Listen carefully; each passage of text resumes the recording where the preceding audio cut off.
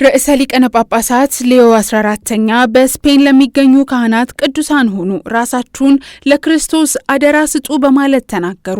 ርዕሰ ሊቃነ ጳጳሳት ሌዮ 14ኛ ከጥር 2 እስከ 4 ቀን 2018 ዓ.ም በስፔን ሲካሄድ በነበረው የካህናት ጉባኤ ላይ ደብዳቤ ላኩ ሲሆን ካህናት ቅዱሳን በመሆን ራሳቸውን ለክርስቶስ እንዲሰጡ እንዲሁም በሚገጥማቸው ፈተናዎች እንዳይሰናከሉ መልእክታቸውን አስተላልፈዋል።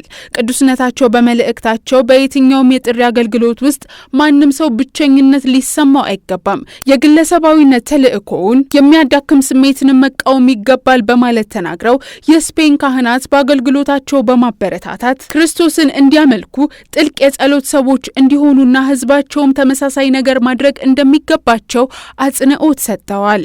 ርዕሰ ሊቃነ ጳጳሳቱ ካህናት በህብረት በመቆም ቅድስት ቤተክርስቲያንን ማገልገል እንደሚገባቸው ተናግረው ካህናት በሐዋርያዊ አገልግሎት ላይ ብቻ ሳይሆን በክህነት ጥሪያችን ጊዜ ተግዳሮቶችን በማለፍ ኢየሱስ ከፊታችን የሚያዘጋጅልንን መልካም በሮች መመልከት ይገባናል። ቅድስት ቤተክርስቲያን የሁሉም እንደሆነች በድጋሚ ገልጸው የካህናት ወንድማማችነት ለቤተክርስቲያንና ለምእምናን አስፈላጊ እንደሆነ ገልጸዋል።